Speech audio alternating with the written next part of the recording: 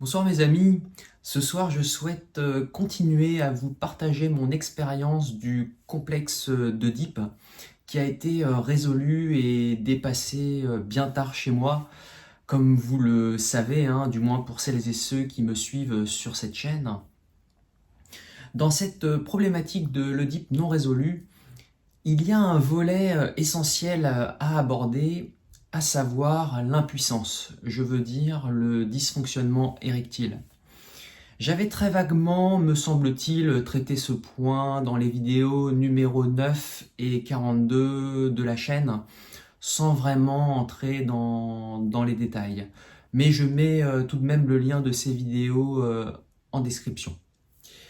Vous savez, à la fin de ma dizaine et au début de ma vingtaine, à mon insu, cette problématique de l'Oedipe m'invalidait dans mes relations sentimentales et amoureuses.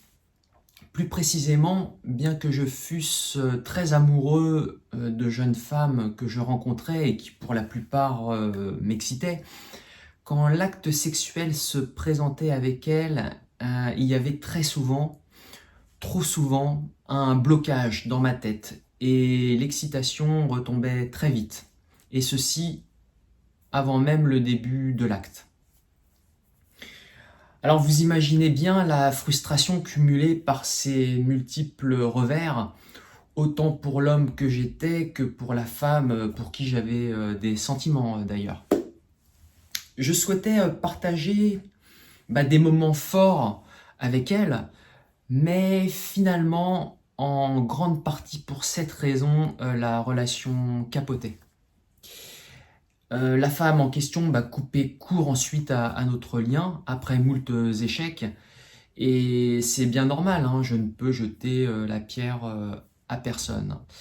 Il m'arrivait aussi d'arrêter la relation par moi-même pour en quelque sorte anticiper la rupture et moins souffrir. Voilà en gros le schéma passé qui se répétait dans mes relations. À l'époque, lorsque je me mettais en relation avec une femme, je n'avais pas vu qu'inconsciemment je ne recherchais que les câlins platoniques. Une relation fusionnelle et chaste avec elle.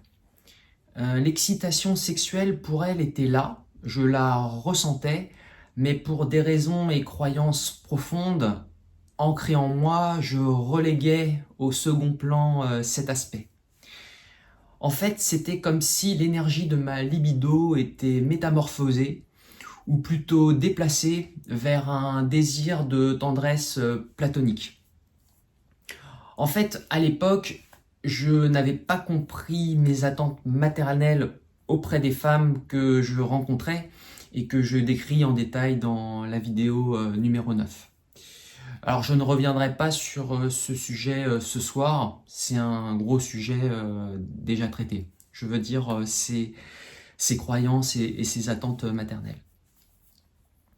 Mais ce qui est important à saisir aujourd'hui, c'est qu'à l'époque, je ne voyais que ma propre mère à travers la femme rencontrée. Et ceci sur un mode inconscient. Donc vous imaginez bien le blocage en début d'acte sexuel qui naturellement s'ensuivait. L'excitation retombait. Acte sexuel qui m'angoissait aussi par l'intermédiaire de la nosophobie. Nosophobie que je traite également dans la vidéo numéro 8 de la chaîne. Je mets également le lien de cette vidéo en description de celle-ci si ce sujet vous intéresse.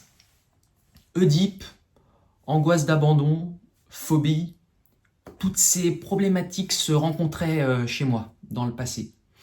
Comme j'aime le dire, leurs frontières entre elles étaient poreuses. Voilà pourquoi il est essentiel de traiter chaque problème dans leur ensemble, je veux dire en articulant toujours ce problème avec les autres. Mais revenons-en à l'Oedipe. Je répétais les échecs au lit et la souffrance fut telle qu'à mes 26 ans, je me décidais enfin de comprendre en moi ce qui se passait pour m'épanouir à deux et construire ma vie. C'était nécessaire, c'était ça ou la fin, clairement, Et je n'exagère pas parce que d'autres problématiques tout autant handicapantes se greffaient à celle-ci, comme je vous le disais juste avant.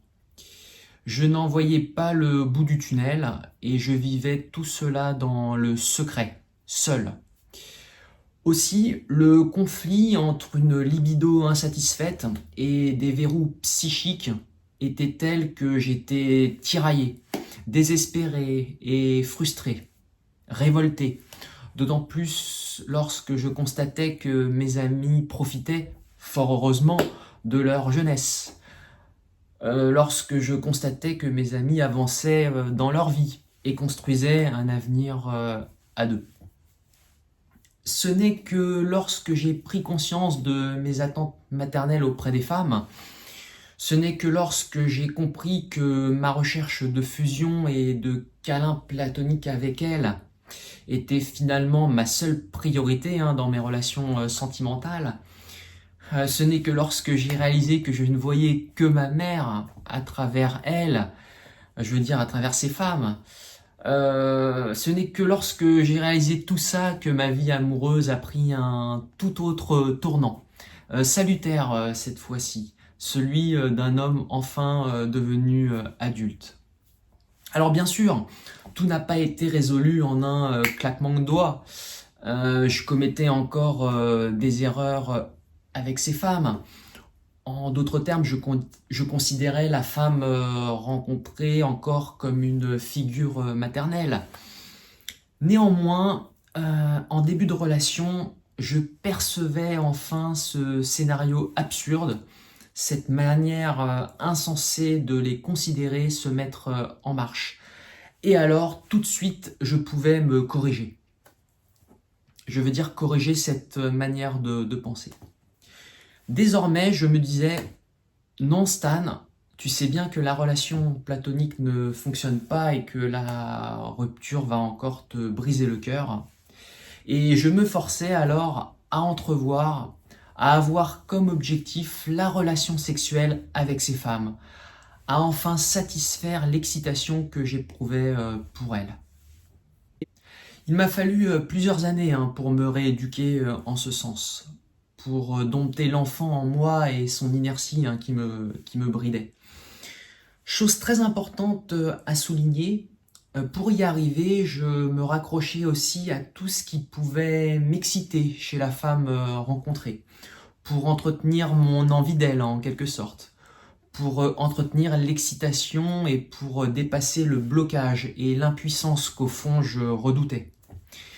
Et vous savez, au fil des années, quand enfin je m'épanouissais en tant qu'homme avec les femmes, et aussi quand je constatais que cet épanouissement était mutuel, ce qui est très important, je m'étais rendu compte que l'attirance sexuelle était pour moi la condition première pour me rapprocher d'une femme et entrevoir par la suite une relation amoureuse avec elle. Les câlins et tendresses platoniques, c'était fini. Enfin, c'était fini. Je veux dire, il y en avait toujours, bien sûr, mais ce n'était plus l'unique chose que je recherchais. Enfin, tel un adulte, je ne pouvais plus imaginer une relation amoureuse sans relation sexuelle. C'était pour moi devenu une évidence, la relation sexuelle. J'avais à ce moment-là compris avec fierté que j'avais réussi à dépasser, à résoudre la problématique qui m'avait très longtemps invalidé, que j'avais réussi à m'écouter, à me comprendre pour me dompter, pour progresser. Encore une fois, il faut que je vous rappelle que ça ne s'est pas fait néanmoins du jour au lendemain. Mais en réalité, le problème est déjà résolu dès que vous en prenez conscience. Vous avez fait le plus dur. Sa résolution vient ensuite naturellement et en toute évidence. Ne vous en faites pas pour ça. Alors bien sûr, vous pourrez rencontrer à l'avenir d'autres femmes avec qui ça ne fonctionne pas au lit. Mais ne vous en voulez pas pour ça. Et sachez que cet incident n'aura cette fois-ci rien à voir avec votre complexe d'Oedipe. Convainquez-vous que votre Oedipe non résolu, c'est du passé. Tout simplement parce que vous l'avez déjà résolu en prenant conscience et en vous rééduquant. C'est juste que parfois il arrive dans la vie qu'on aime fort une femme mais qui ne nous excite pas. Et il n'y a aucune contradiction et aucun mal à ça. Personnellement, je pense même qu'on peut aimer sans désirer.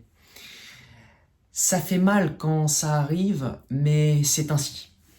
Et ce n'est de la faute de personne, c'est juste une histoire d'incompatibilité. Par conséquent, mes amis, s'il vous plaît, la panne sexuelle, ne vous en voulez pas pour ça. Ne déprimez pas pour ça.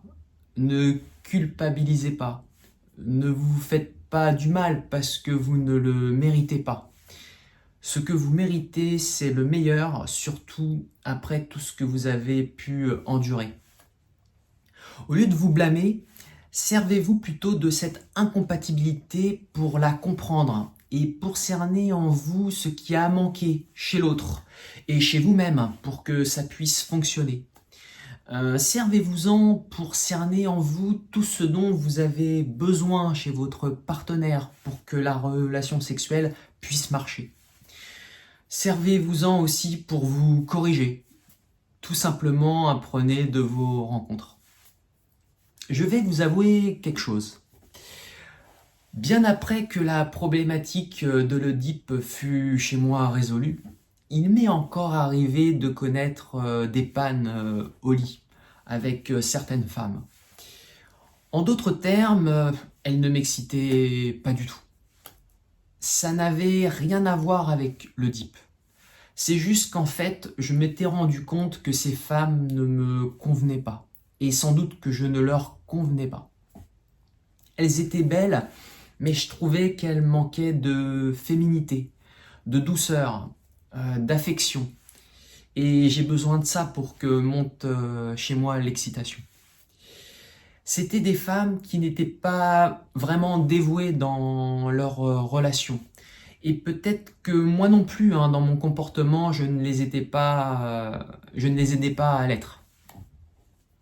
Ce que je veux dire, encore une fois, c'est que c'est de la faute de personne. C'est juste une histoire d'incompatibilité. Ça peut arriver à tous et c'est ok, les amis. Il n'y a pas de mal à ça. Aussi, c'est en réitérant ce genre d'expérience que vous saisirez progressivement ce qui vous convient. Vous constaterez alors que cette mésaventure au lit se fera de plus en plus rare, fort heureusement. Voilà mes amis, j'espère vous avoir aidé en continuant à vous partager mon expérience. Maintenez-vous dans l'effort que vous avez avec vaillance initié pour vous en sortir. Vous vous en sortirez parce que je m'en suis sorti. Jeune adulte, je voyais cette problématique comme un obstacle impossible à franchir, mais au final, avec du recul et de la maturité, je me suis rendu compte que je m'étais trompé. C'est une épreuve de la vie tout à fait surmontable. Il faut juste de l'honnêteté avec soi-même, de la force de caractère, de l'assiduité et de ne pas avoir peur de vivre ni de se tromper. Apprenez de vos erreurs. Et surtout, quand une panne au lit s'en vient, ne culpabilisez pas. Ne vous déclarez pas seul responsable.